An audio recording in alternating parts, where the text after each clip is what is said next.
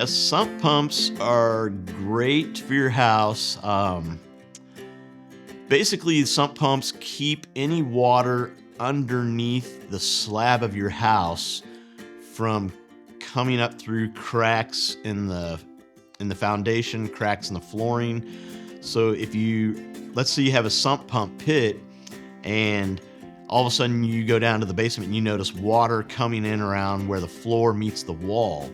So chances are your sump pump is probably dead. Now, sump pumps aren't really going to help if you have cracks on the foundation wall higher up.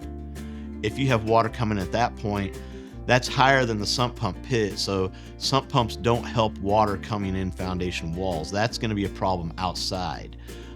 You need dirt up against the house or something like that. If you have a finished basement, you definitely want to get a battery backup sump pump.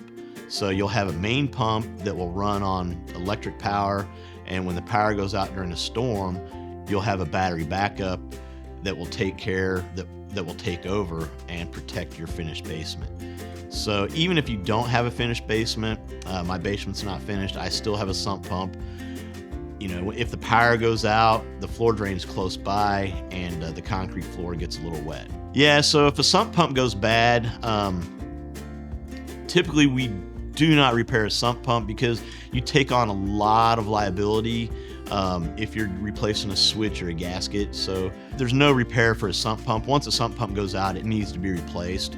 A good rule of thumb is even if your sump pump is still running, it's a good idea to replace it every 5 to 7 years before it goes out, because you don't want to find out in a storm, hey, my sump pump was running yesterday and now today it's dead.